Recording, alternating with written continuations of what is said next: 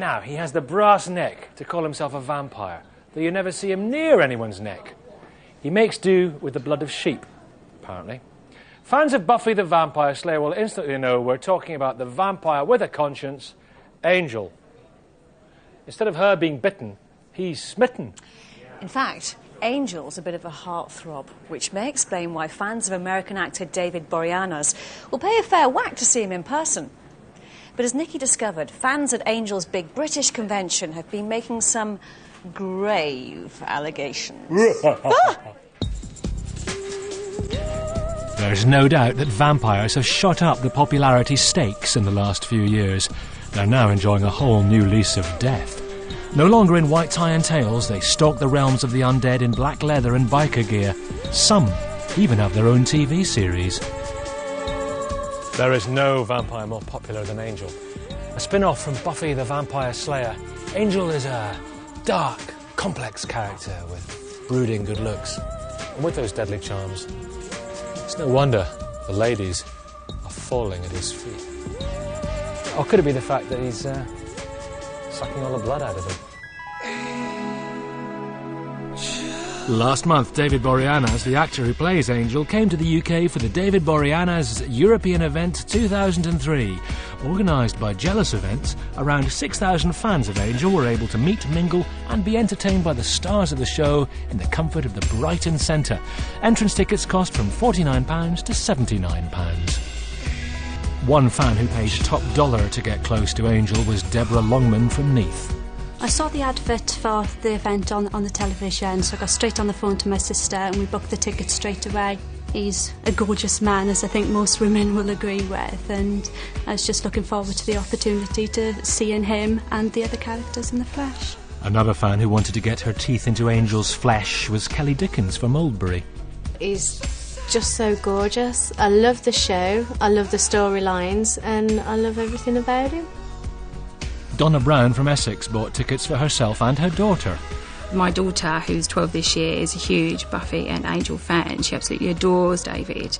And the whole event looked really well planned and looked like it was going to be really very well organised and run. But it seems that things were anything but. We got into the main auditorium and it was meant to be starting at 10 o'clock, but it was actually near to 12 o'clock when it did start. The seating was a complete shambles, it really was. Nobody was checking tickets. There was the big fiasco about who was supposed to stand where. There was pushing, there was shoving. And friends of ours that we were meeting up there couldn't even get into the section that we were in, which was the gold section. They were forced to sit on the floor. Oh, right, I throw teething OK, well, a few teething problems at the beginning, but surely the rest of the day went better. Unfortunately not. The nightmare continued.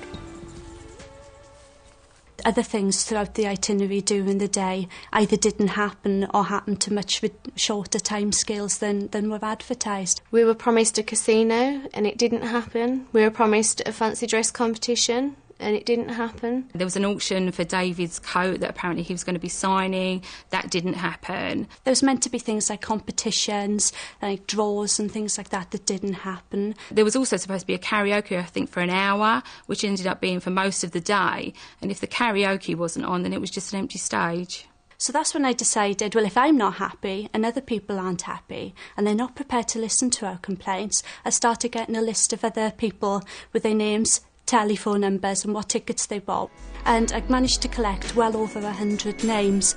But it was the man himself they'd come to see, and he was on his way. Eventually they announced that he'd entered the building and he would be coming straight on stage. He was meant to be on stage for a quarter of an hour. It was nearer 5 minutes. And if that brief appearance got their hearts racing, they could fork out more money to get that little bit closer. You had to pay an extra £49 if you wanted to meet Angel and get a personalised autograph, and pay another £5 for an official photograph. And it cost you as well to meet the other characters. For example, Xander cost £39, and for a bargain, £19, you could meet Buffy the Vampire Slayer's mum. When I finally entered the same room that David was sitting in, I was nervous and excited at the same time. I couldn't actually believe that I was about to meet him. We were told by stewards, no touching, no talking, he wouldn't personalise, we went to speak to him. I mean, it was just unbelievable. They were literally shunting us in as fast as our feet would carry us, you know, in, sit down, snap, gone. It was so brief, about 3 seconds. The camera went off, he signed his initials, and I didn't even get my personalised autograph. They also had on sale for this event £149 cocktail tickets where David would mingle with the guests for an hour or so.